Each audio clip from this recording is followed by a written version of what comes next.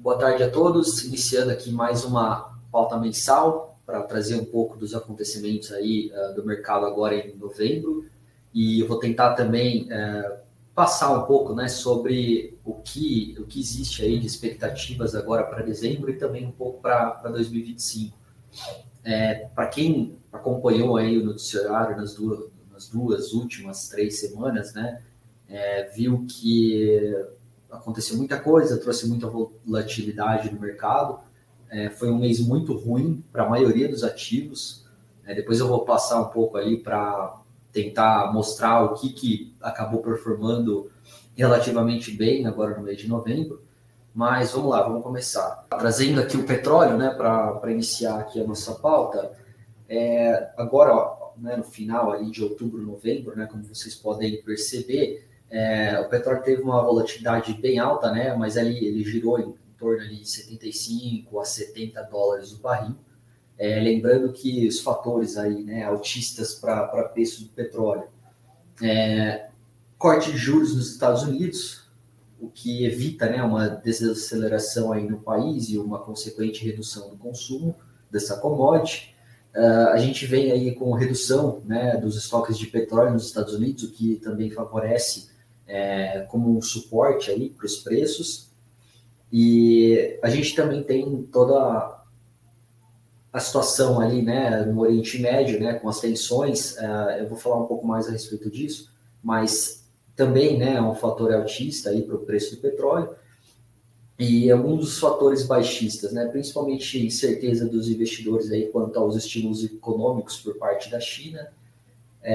Também tem aí essa questão do Oriente Médio, né, que caso seja a situação cesse, né, a gente pode ver aí uma queda mais acentuada, né, nos preços do petróleo. E também, né, uma desaceleração ali nos Estados Unidos, que pode ocorrer, mas não é algo que está, né, no radar.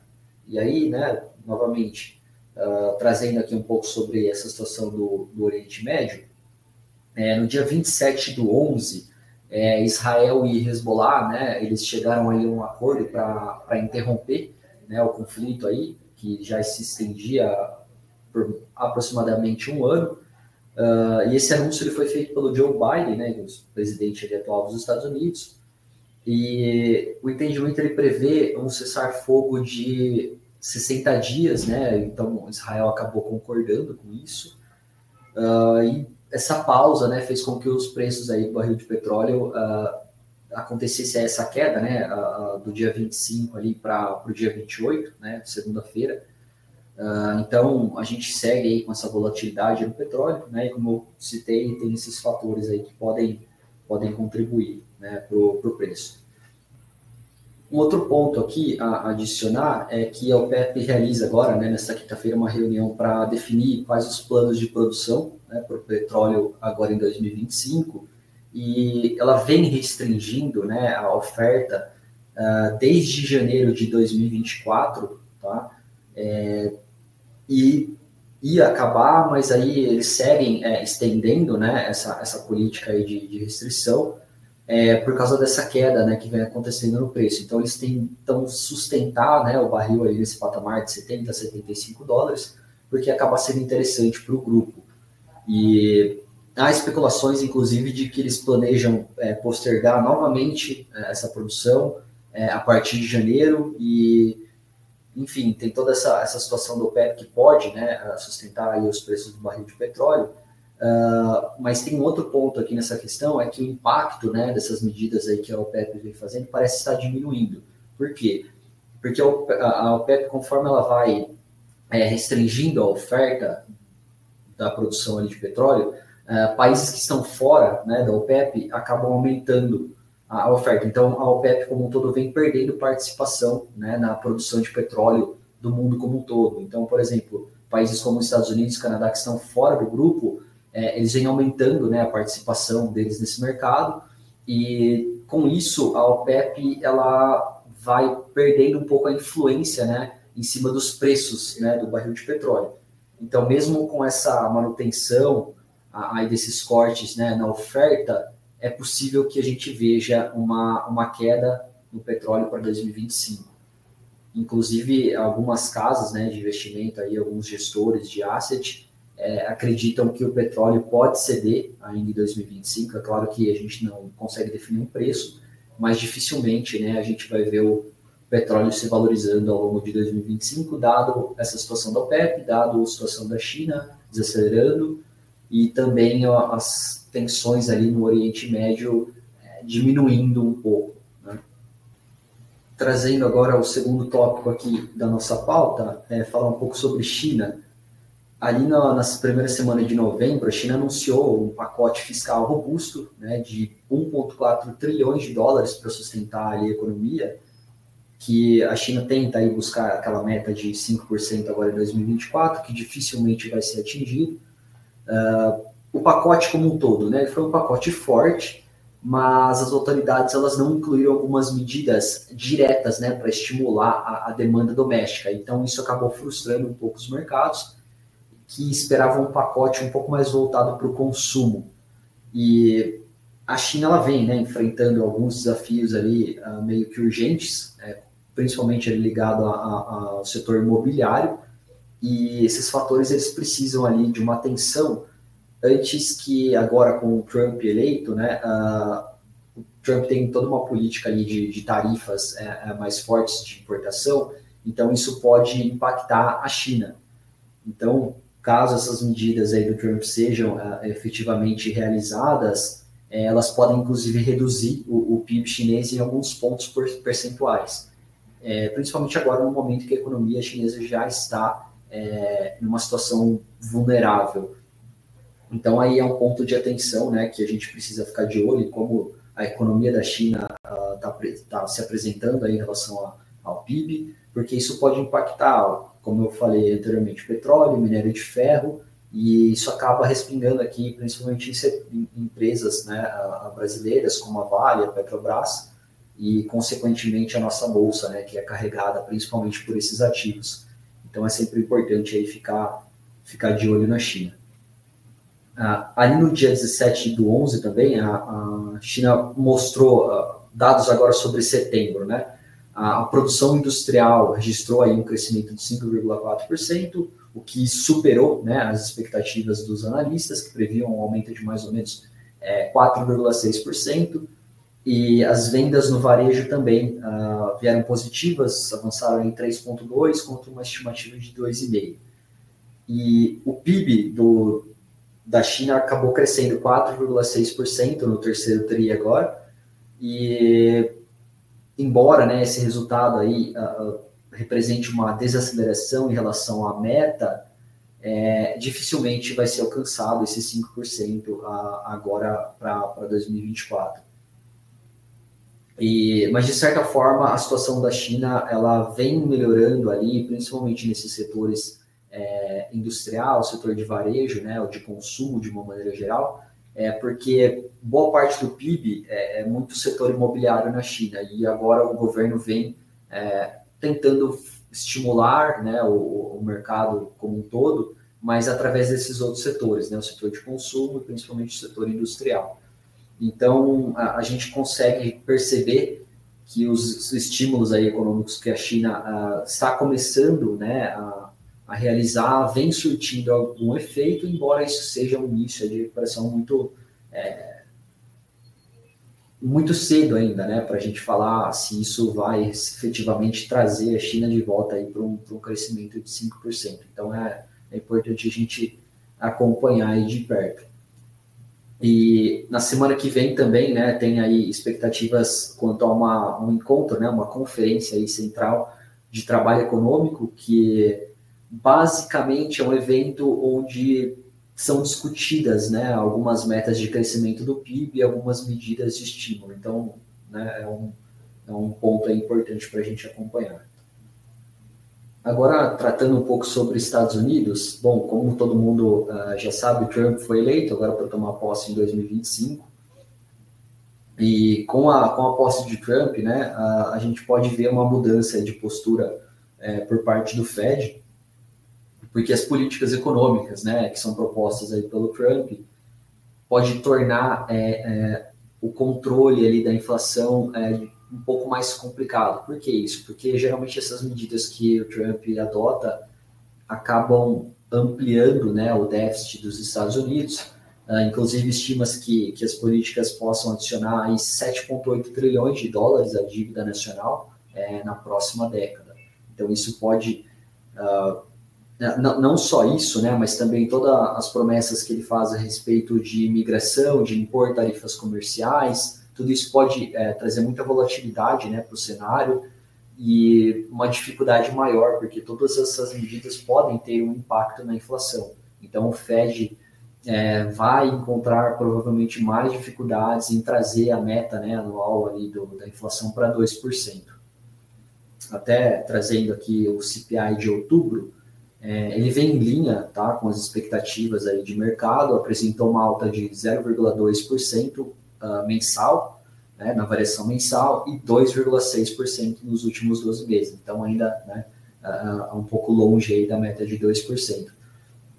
E aí, olhando, né, tentando se aprofundar aqui um pouco mais, excluindo aí alimentos e energia, que basicamente são os itens mais voláteis, ou excluindo alimentos e energia, a gente está olhando para o núcleo, né, da inflação, ela subiu 0,3% no mês e 3,3% anual. Então, né, novamente, ainda acima da meta do Fed. E agora aqui para trazer o cenário, né, graficamente, aí mostrar como que a inflação dos Estados Unidos vem se comportando, expectativas aí, tanto para 24 e 25, a gente tem um headline, né, ou o índice cheio aqui, caindo agora de 24 de 2,61 para 2,47, e o core, o núcleo, né, indo de 2,85 para 2,42, novamente ainda acima da meta do Fed, que espera que essa inflação, né, ou essa meta seja atingida só lá em 2026. E aqui à direita a gente consegue ver, né, o acompanhamento aí de como a inflação veio se comportando. Novamente aqui com o núcleo, né, ainda próximo a 3%, mas de certa forma o Fed vem conseguindo realizar o soft landing, né, que é basicamente você conseguir reduzir, né, trazer a inflação aí para patamares mais baixos, próximo à meta, sem causar uma recessão na economia americana. Agora, falando um pouco aqui sobre a vitória do Trump nos Estados Unidos, eu queria trazer algumas consequências aí para o mundo e para os mercados, incluindo aqui o Brasil, para tentar mostrar o que pode acontecer, né, aí para o investimento de cada um ao longo dos próximos anos. Basicamente, né, a gente viu as bolsas aí dos Estados Unidos reagindo fortemente, né, o dólar vindo ali para 6%, taxa de juros no mercado americano também subiu, coisa de 50, 60 bips aí em todos os vértices, basicamente, criptomoeda batendo recorde, então o mercado americano como um todo reagindo muito forte, né, a essa vitória do Trump. Agora, quando a gente vai para mercados emergentes, o dólar forte e esses yields, né, ou as taxas de juros americanos, acabam sendo um fator de preocupação, mas aí a gente tem que olhar muito para o caso a caso, né, porque nessa situação, né, para mercados emergentes, pode haver algumas oportunidades. Mas, de maneira geral, bolsas subindo, né, por quê? Porque existe uma expectativa de corte de impostos, né, para as empresas americanas e também um programa de menos regulamentação, né, ou desburocratização, que acaba favorecendo as empresas locais, né, Estados Unidos. Dólar subindo, né, o DXY, que é basicamente um índice que mede o dólar contra uma cesta de várias moedas, né, as moedas mais fortes aí do mundo. Então, esse dólar subindo, existe uma expectativa. Por que, na verdade, que esse dólar sobe, né? Porque existe uma expectativa mais isolacionista ou mais protecionista do Trump diante dessas tarifas, né, que ele pode impor, principalmente contra a China e a Europa. E isso pode, né, trazer essa inflação, acaba deixando o dólar mais forte também. Taxa de juros subindo, por quê? Diante do temor que essas políticas, né, de tarifação do Trump possa significar mais inflação e de que o corte de impostos para as empresas americanas possam trazer um desafio fiscal maior para frente, porque eu estou deixando de aumentar ou de arrecadar mais dinheiro e eu posso complicar a situação fiscal lá nos Estados Unidos, então isso faz com que as taxas de juros lá subam mais. Petróleo caindo, por quê? Porque existe uma restrição menor aí por parte do Trump quanto à exploração de petróleo, então, consequentemente, a gente pode ter uma oferta maior aí, Estados Unidos, Canadá, né? Voltando ali àquela situação da OPEP, a participação da OPEP vem diminuindo, então os Estados Unidos acaba tomando um papel maior, né, na produção global de petróleo. E a gente vê também bancos, né, principalmente bancos americanos, se valorizando bastante por uma perspectiva de ter uma menor regulação que pode impulsionar o lucro dessas empresas. E aí a gente vê também o Bitcoin, que inclusive agora, né, enquanto eu estou gravando esse vídeo aí, está na casa dos 102, 103 mil dólares, porque o Trump ele tem, né, uma visão mais favorável de apoio a esse setor de ativos digitais, e até há uma questão de desregulamentação, uma questão menos restritiva a criptoativos como um todo. Então, tudo isso acaba criando um ambiente com um objetivo de trazer inovação, né? Pode existir novos produtos, isso acaba fortalecendo o mercado de criptomoeda como um todo. Inclusive, ele propôs, né, que o Bitcoin fosse considerado uma reserva estratégica, né, do Tesouro Americano. Então, você vê muito investidor aí, institucional tomando posição, comprando, né, Bitcoin, então isso acaba fortalecendo aí a moeda. E também teve uma reestruturação na SEC, que é basicamente a CVM, né, dos Estados Unidos, onde ele retirou, né, vai fazer uma remoção ali do Gary, que, enfim, é o cargo de chairman aí da SEC, que ele foi responsável, né, por impor várias barreiras a todo esse desenvolvimento, né, a todo esse ecossistema e regulamentação do setor de criptomoedas. Então, retira-se, né, uma pessoa que era meio contra, né, que era, né, não favorável aí a criptoativos, então isso acaba também, né, impulsionando aí o setor. Até queria trazer aqui o gráfico do Bitcoin para mostrar como ele vem se comportando. Então, aqui, né, desde novembro ali, mais ou menos, o Bitcoin ele já vinha subindo, né, com a expectativa aí do Trump ganhar, mas aí, agora no início de novembro, né, o Bitcoin disparou. Ele veio ali de 69, 70 mil dólares, atingiu aqui a máxima de 103 e alguma coisa, né, e agora girando ali na casa dos 100 mil dólares. Então, até fazer uma observação aqui, quando muito cliente vem perguntar para a gente, falando que quer comprar Bitcoin, se vale a pena ou não, eu entendo que independente do perfil de risco de cada um dos investidores, eu acho que nada impede você ter, às vezes, 1 ou 2% da tua carteira em criptomoedas. Inclusive, ele serve como um redutor de volatilidade da tua carteira. Agora, em novembro, né, vou falar um pouco mais sobre isso quando for passar ali no Asset Strategy, mas foi um dos poucos ativos que subiu agora no mês de novembro. Então, enquanto todos os ativos ali da tua carteira estavam caindo, a gente tinha o Bitcoin subindo forte. Então, ele inclusive serve, né, como um ativo aí para reduzir a volatilidade da carteira, mas é claro, sempre ajustado ali, né, o perfil de risco de cada um e tomar cuidado, porque é um ativo muito volátil e a gente está comprando, né, se fosse comprar agora, nas máximas históricas, né, então tem que sempre tomar um pouco de cuidado, e se for tomar posição, uma coisa que eu sempre recomendo é tomar posição aos poucos. Pô, tenho 5 mil reais aqui para investir em Bitcoin, não compra 5 mil reais agora, compra 1.500, compra 2.000, daqui uma semana você compra mais 1.000 e assim vai.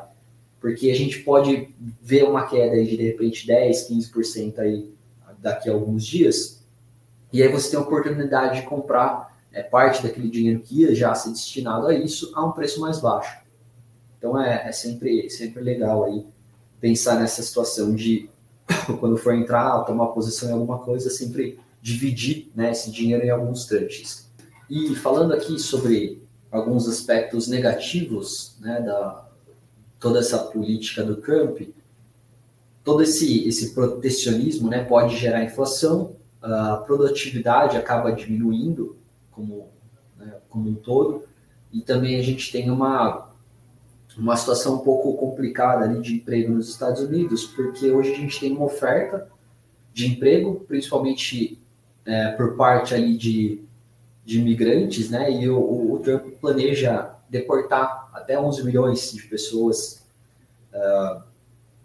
que são imigrantes, e isso, de certa forma, pode reduzir a oferta de mão de obra. E aí, novamente, eu acabo gerando inflação, porque como vai ter menos pessoas, né, no mercado de trabalho, isso pode envolver um aumento de salário, e aumento de salário, consequentemente, faz, né, com que as pessoas tenham um aumento de liquidez, né, ou uma poupança maior, e, consequentemente, injetando alguma liquidez no mercado. Então, né, isso, no médio e longo prazo, pode trazer inflação.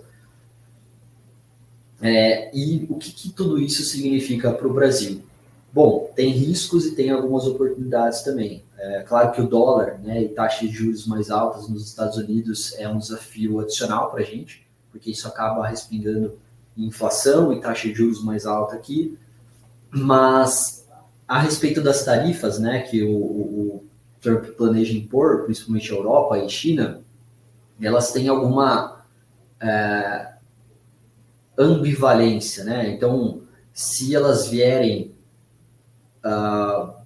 como um todo, né, de maneira geral, sobre produtos importados, é claro que isso pode ser ruim. Mas se for algo mais focado na China, de certa forma a gente pode ter alguns produtos brasileiros se tornando mais competitivos. Então a gente pode ter uma maior exportação aqui de produtos brasileiros, porque vai ter uma tarifação ali de produtos chineses e etc. Inclusive, a própria China, né, pode adotar uma política de retaliação, né, contra essas tarifas que o Trump planeja impor. Então, tanto os Estados Unidos quanto a China pode passar a comprar mais produtos brasileiros. Então, pode ser positivo para a gente, principalmente falando do setor agropecuário. A gente, enfim, é um exportador aí de alguns produtos que são extremamente importantes, como a soja, a própria proteína, milho, etc. Então, isso pode favorecer o mercado brasileiro. Mas é claro que tudo isso ainda é muito cedo, né? A gente não sabe exatamente como essas tarifas vão ser impostas, qual vai ser a magnitude dessas tarifas, né? E etc. Então, são sinais ainda incipientes, né? Mas é sempre bom ficar de olho para ver quais vão ser os impactos aqui para o mercado brasileiro. Um ponto aqui extremamente importante, né? Que provavelmente foi o tema mais falado agora em novembro, foi a situação ali envolvendo o pacote de corte de gastos do governo. Agora, no dia 27/11, à noite, foi feito um pronunciamento ali por parte do Haddad, onde esperava-se, né, que ele fosse comunicar quais seriam ali os detalhes em relação a esse pacote de gastos, mas, na verdade, o que se viu foi uma propaganda, né, um discurso muito populista, ao invés de ter focado, né, no que todo mundo aguardava.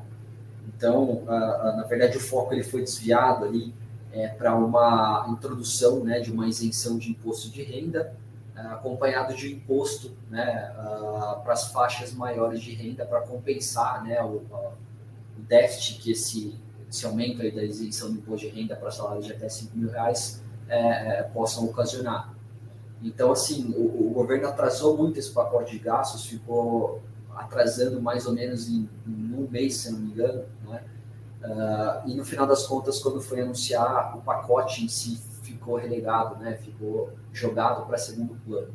E aqui, não quero nem entrar no mérito do que é certo e o que é errado, mas a maneira com que o governo apresentou tudo isso foi muito bagunçada, né? Então a gente viu aí dólar batendo 6, taxa de juros explodindo, né, para 14%, uma desconfiança muito grande, né, em relação ao governo, e aí, né, a situação só vem piorando desde então. Bom, e o que se viu basicamente foi uma comunicação, né, por parte do governo muito equivocada, que trouxe uma perda, né, de credibilidade. E a situação também, né, um outro ponto aqui que eu acho que é importante falar, não foi o pacote em si, né, ou a questão da isenção ali do imposto de renda para salários de até 5 mil, mas o problema foi mais como isso foi apresentado, né, porque isso destruiu aí basicamente a oportunidade que o governo tinha de encerrar o ano de uma maneira mais positiva, né, de tentar conter essa inflação, diminuir as expectativas, né, de inflação para 2025, para 2026, tentar segurar um pouco as taxas de juros, né, não ver o dólar aí passando de R$ 6, né, então, de certa forma, a maneira com que tudo isso, né, foi feito foi muito prejudicial. E aí, qual que, né, o X aqui da questão é o seguinte: a parte fiscal, né, a contenção fiscal, ela basicamente não vai acontecer, ou se acontecer, ela vai ser muito tímida, ao menos do que, né, deveria ser. E aí sobra, né, a âncora monetária, né, então a política monetária, que é quem pode segurar a inflação, segurar, né, enfim, o dólar. E aí, como que, né, o que a gente faz para ter uma inflação menor dali para frente, um dólar mais baixo? Tem que subir juros, né? E aí, para a gente trazer essa taxa de inflação aí para 3, 3,5 ou para dentro da meta, que seja, a gente tem que ver uma taxa de juros aí para 2025 ao longo do ano próximo a 14%, né? Depois eu vou passar um pouco quais são as projeções, mas esse é o maior problema, né? E, infelizmente, essas taxas de juros altas acabam impactando a economia como um todo. É claro que para quem tem dinheiro para investir é ótimo, né? Porque você acaba conseguindo uma taxa de juros bem alta, mas para quem, né, quer criar um negócio ou para quem já tem um negócio, né, e você quer investir ali no que você tem, na economia real, acaba sendo difícil, principalmente para quem precisa de dinheiro, né? Para quem quer tomar um empréstimo, acaba ficando ainda mais complicado. Ainda sobre a situação do pacote fiscal, o BTG ele estima aí um impacto total de 46 bilhões em 2 anos de redução de gastos, enquanto o governo estima, né, 71,9 bilhões em 2 anos e 327 bi até 2030. Então, a gente está falando aqui de na verdade, não só o BTG, né, mas outros bancos aí fizeram estimativas e os valores, né, de todas as medidas ali não chegam, né, nesses 71,9 aí que o governo estima. Agora, trazendo aqui para vocês, só para trazer aí de uma maneira mais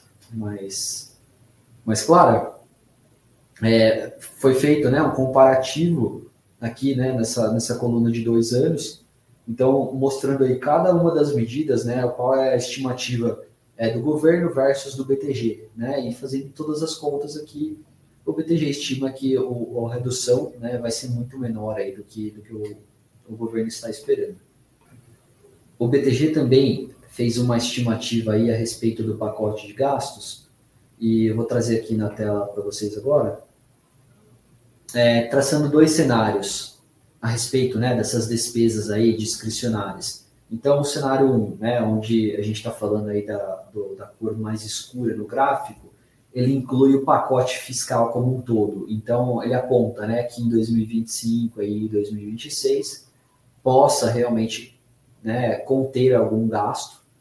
Mas quando a gente vai para o cenário 2, né, em azul aí mais claro, a gente está excluindo, né, essa economia aí com pente fino, dada a incerteza, né, inerente, né, a essas medidas. E essas medidas, caso elas não gerem esse resultado que é esperado pelo governo, o limite de gastos ele já não é respeitado agora em 2025, e aí a gente aumenta, na verdade, o déficit quando era esperado que conseguisse ao menos reduzir, né, ou evitar que esse déficit continuasse aumentando. Então a gente entra em um cenário bem complicado. Bom, e sobre um outro ponto aqui, trazendo um pouco mais essa situação da isenção do imposto de renda para salários de até 5 mil reais, isso pode gerar um impacto negativo na arrecadação de aproximadamente 50 bilhões. Então, só essa medida, né, caso ela seja levada para frente e o Congresso, né, tope e aconteça realmente isso, a gente está falando de um impacto nas contas públicas de 50 bilhões de reais. E aí o governo, né, traz uma medida onde ele tenta compensar esses 50 bilhões, criando uma alíquota efetiva, né, mínima de 10%, para quem tem uma renda anual superior a 600 mil reais. Acontece que não é nada desprezível que o risco dessa compensação, né, por parte aí, de quem ganha acima de 600 mil, seja desidratada ao longo da tramitação, né, no Congresso, e aí ficaria, né, o impacto somente da isenção, né, o impacto aí de 50 bi a mais nas contas públicas. Então, foi mais ou menos isso, né, que trouxe essa desconfiança maior por parte do mercado e fez toda essa ocasionou, né, toda essa situação aí de dólar alto, taxas de juros subindo e esse cenário bem complicado aí para 2025. Aqui trazendo um outro ponto a respeito aí da probabilidade, né, do descumprimento dessa meta de inflação que a gente está falando de 4,5%. Aqui, né, o BTG traz aí basicamente a meta, né, uma meta móvel, uma média móvel, na verdade. Então, dizendo aqui que basicamente no primeiro semestre de 2025, a gente vai ter um IPCA ali médio de algo em torno de 5%. Então, o BC acaba passando, né, esse teto, aí, descumprindo essa meta de inflação. Então, a gente está vendo aí um cenário bem complicado para a inflação, inclusive tem alguns bancos aí, o próprio BTG já vem falando aí talvez de 5% a 6%, né, talvez até 6% de inflação agora para 2025, outros bancos, né, também. Então, tudo isso traz um cenário aí bem difícil para o ano que vem. E agora, nessa semana, a gente teve também o PIB do terceiro TRI, que, de certa forma, foi positivo, e ele registrou aí um crescimento de 0,9% em relação ao trimestre anterior, né, em relação ao segundo semestre. Foi acima das expectativas, mas quando a gente olha aí pela ótica da demanda, né, o que principal ocasionou, né, esse aumento aí de PIB foi o consumo das famílias, que cresceu 1,5%, atingindo um patamar recorde, basicamente mostrando uma melhoria no mercado de trabalho, né, dado que a gente tem um nível de desemprego baixo, né, abaixo aí de 7%, e olhando pelo lado da oferta, a gente teve uma contribuição do setor de serviços que cresceu aí 0,9%. Então, essa atividade econômica mais forte traz um alívio, né, porque a gente vê que o país está crescendo, mas, ao mesmo tempo, existe uma cautela em relação a isso, porque esse crescimento, né, que veio acima do que o mercado esperava, traz preocupações para uma inflação mais alta e os juros mais altos, que já estavam sob pressão. No meio desse caos todo, a gente teve aí temporada de resultados, né, balanço das empresas agora referente ao terceiro trimestre aqui no Brasil, que surpreendeu positivamente, contrariando aí algumas expectativas que estavam mais cautelosas a respeito desses resultados. E quando a gente olha para esses números, analisando excluindo aí Petrobras e Vale, o cenário acaba sendo ainda mais encorajador. Quando a gente olha aí, então, para as receitas, para o EBITDA e para o lucro líquido das empresas, eles acabaram superando as estimativas, registrando aí aumentos anuais de 11,9% em receita, 8,5% do EBITDA e 28,4% quando a gente está olhando para o lucro líquido. Isso em relação ao mesmo período do ano passado, ou terceiro TRI de 2023.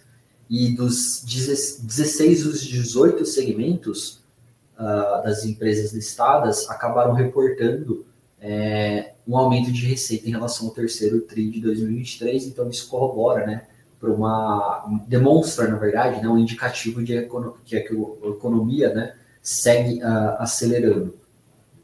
E aí, olhando nas empresas que são exclusivamente domésticas, esses resultados também foram positivos. A gente teve daí 13% de aumento em receita, 18% do EBITDA, quase 21% de lucro líquido também, né, nessa comparação TRI contra TRI, terceiro TRI 23 para terceiro TRI 24.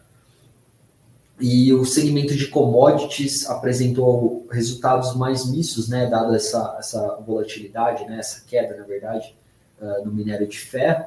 Mas ainda assim, né, olhando como um todo, os resultados foram bem fortes.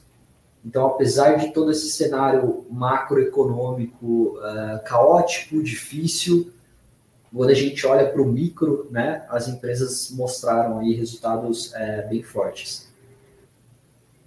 Um outro ponto aqui que eu queria mostrar é em relação ao câmbio. Então, o câmbio depreciou muito, né, em novembro. A gente novamente atingiu aí a casa dos R$6, 6,5, 6,6 aí no intraday. E o BTG fez uma comparação aqui, caso o real replicasse aí o mesmo comportamento, né, de comportamento médio, né, de países aqui da América Latina e países emergentes. Então, basicamente, excluindo da conta todo esse cenário fiscal, né, que aconteceu aí e vem acontecendo. Então, a gente teria aí, né, segundo o estudo, um dólar de aproximadamente 5,20. Tá? É importante mostrar que toda essa situação fiscal vem impactando e muito, né, a situação do dólar aqui contra o real. Bom, agora indo aqui para o Asset Strategy, que é basicamente aí o relatório do BTG a respeito, né, do que aconteceu no mês passado e também alocações aí para o próximo mês. Bom, com a eleição aí do Trump, a gente vê aí o dólar ficando mais atrativo, né, e também, novamente aqui, falando que todas essas medidas aí, né, que o Trump pode adotar, pode trazer impacto para a inflação e também aí uma cautela maior quanto a esse ciclo de corte aí dos Estados Unidos, né, nos juros. Então, agora ainda espera-se que possa existir mais um corte agora, no final do ano, de 25 bips, embora ainda existe um nível elevado de certeza. E, novamente, né, essa possível redução nos cortes aí de juros lá nos Estados Unidos pode dificultar a atratividade, né, ou o fluxo aí para países emergentes. Aqui falando do Brasil, né, novamente pacote de gastos, o conjunto, né, não se trata na verdade de corte de gastos, mas de um ajuste no crescimento, né, reduzindo na verdade as despesas. Novamente a comparação aí do BTG em relação ao governo, o governo superestimou em 16 bilhões esse corte de gastos, olhando para 2 anos, além de desidratar, né, o conjunto como um todo. E um outro ponto aqui que o BTG destaca é que essa apresentação aí de última hora, não esperada, né, dessa isenção aí do imposto de renda para salário de até 5 mil reais, soou estranho, né, porque apesar de essa medida ser positiva e possivelmente neutra, né, do lado fiscal, o timing, né, dessa proposta foi bastante negativo, dado que isso pode elevar o consumo das famílias, porque a gente está falando de um aumento, né, ou mais dinheiro na mão da população, e isso pode aumentar o consumo das famílias, que acaba pressionando também as expectativas de inflação. Novamente aqui, não vou entrar no mérito do que é certo ou o que é errado, mas eu estou tentando trazer o que isso impacta, né, no mercado como um todo. E basicamente, né, com isso o governo sinalizou que não está muito preocupado em gerar um superávit aí nas contas públicas e não aparenta também estar preocupado com os efeitos aí da inflação. Então aqui no anúncio do pacote de gastos, né, o que aconteceu com a taxa de juros aqui de 2 anos no Brasil, né, batendo aí os 14, dólar aí na casa dos 6, chegou a bater até 6,10 aí algum dia no intraday.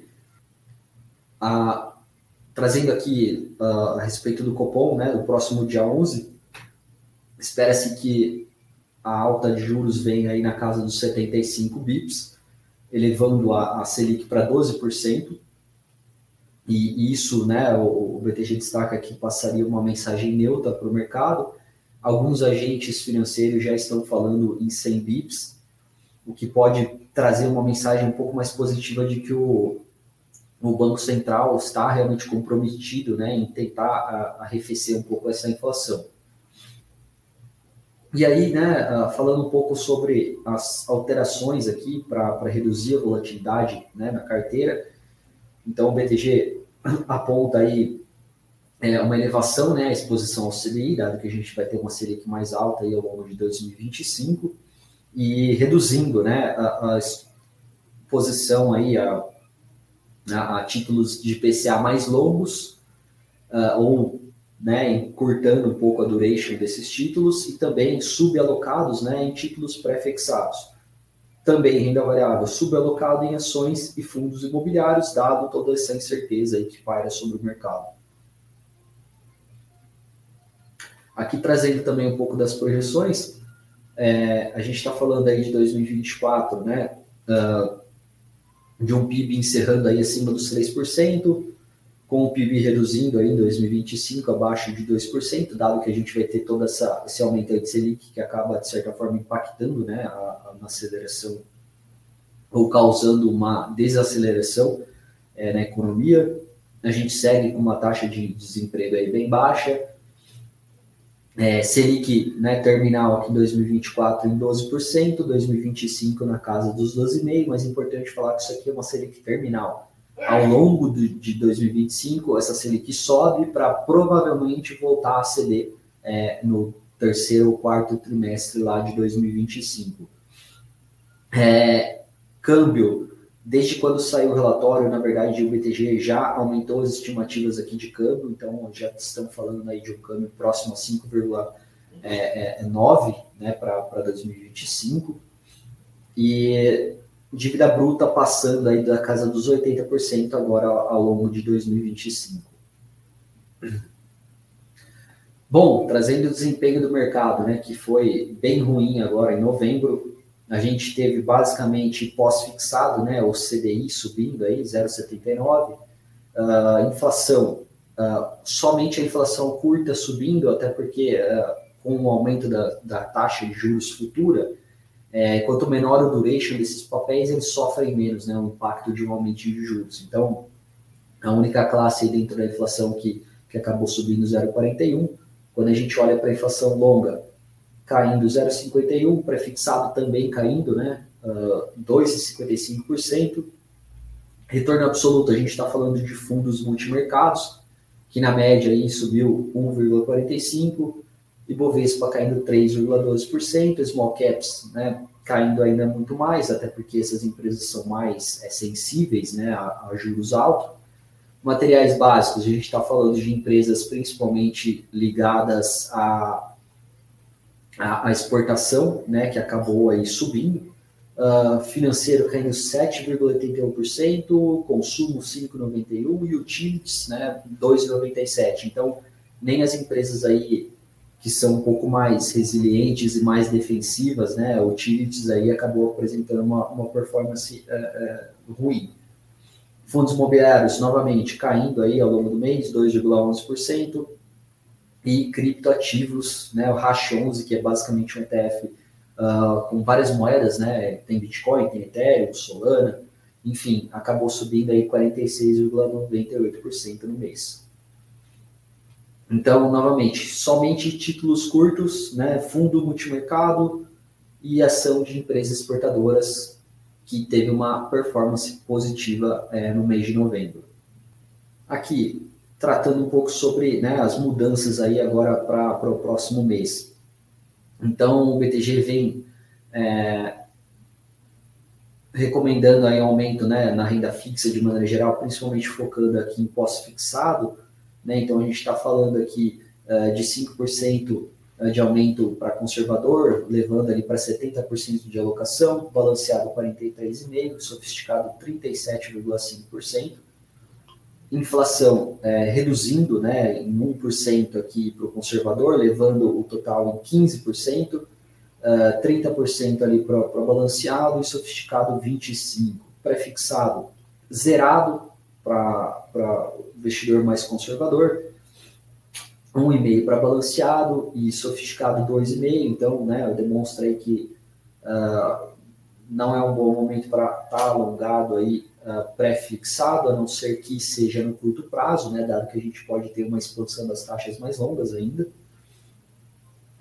Retorno absoluto crescendo aí, aumentando em 1% para conservador, até porque é uma das classes que pode performar bem em um cenário tão adverso como o que a gente vai ter aí ao longo de 2025, porque a gente está falando de fundos que podem operar juros, podem operar commodity, pode operar moeda, pode operar ação, e geralmente a gente está falando de gestores aí que são muito experientes no mercado, então eles podem extrair uma boa performance, né, independente do cenário de mercado.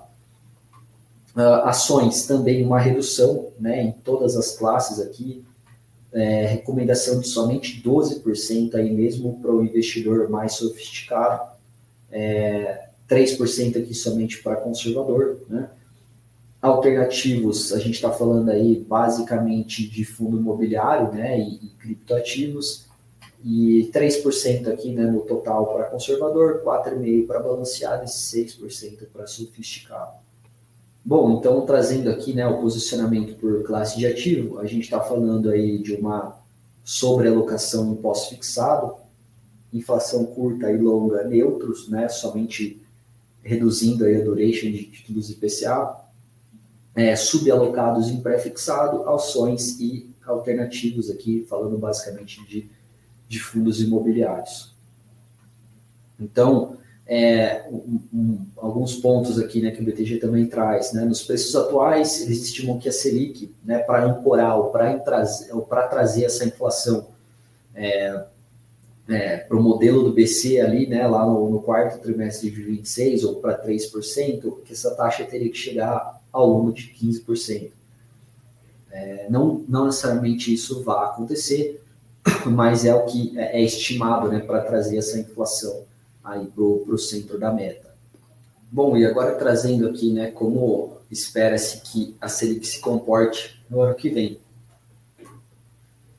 Então a gente está falando aqui, né, de um aumento aí de 75 bips agora para a reunião de dezembro, provavelmente mais um aumento aí de 75 bips para o BTG, né, estimado, uma manutenção aí de taxa e depois essa taxa subindo ali, né, para casa dos 13, talvez até 13,5 na metade de 2025 e provavelmente, né, isso vai dar uma arrefecida na inflação ali para o horizonte de 2026.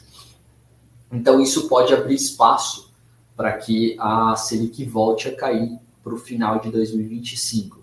Mas dá para notar essa diferença aí, né, do Copom de setembro para novembro, esse aumento, né, a gente está falando aqui dessa linha cinza, como as expectativas para a Selic subiram em questão de 2 meses, né, ela foi ali de 11,25 aqui, né, falando de 2025, para casa entre 12 a 12,5 aí, agora a partir, né, considerando as estimativas de novembro. Então, só para demonstrar a piora, né, de expectativas aí para a Selic por parte do mercado. Além do pacote fiscal aí que foi apresentado pelo governo, existe aí algumas medidas aí foram apresentadas por um grupo de parlamentares, na verdade nomeado como PEC Alternativa. Eles elaboraram aí um texto, principalmente dado esse fracasso, né, das medidas fiscais aí apresentadas pelo governo. Eles apresentaram um novo pacote que prevê uma economia de 1,5 trilhão, né, de reais ali em 10 anos. E algumas medidas, né, que acabou chamando mais atenção.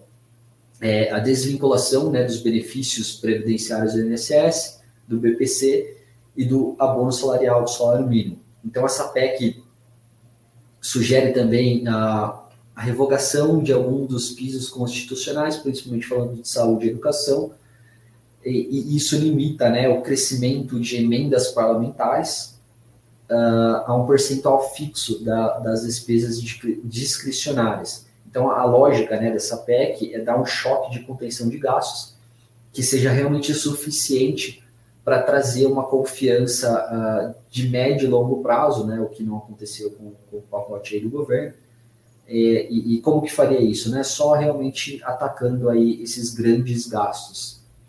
Então, a perspectiva é construir, né, um pacto entre as instituições e também alguns setores econômicos a favor desse ajuste fiscal. A gente vê uma pressão muito grande aí por parte do Congresso, né, de alguns parlamentares aí, na verdade, e também do setor econômico, né, a favor de uma contenção de gastos maior do governo para que toda a situação não se deteriore ainda mais, né, novamente, dificultando aí a situação de projeções de inflação e taxa de juros.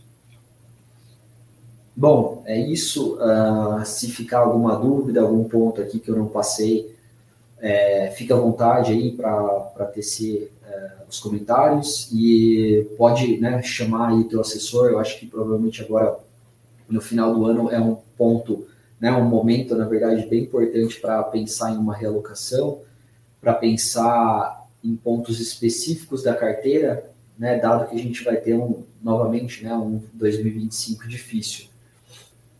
Então é isso, né? Sempre ficar ligado aí nas notícias, porque no Brasil a gente tem uma volatilidade muito alta, e lembrar que é sempre importante ter uma diversificação grande aí na carteira.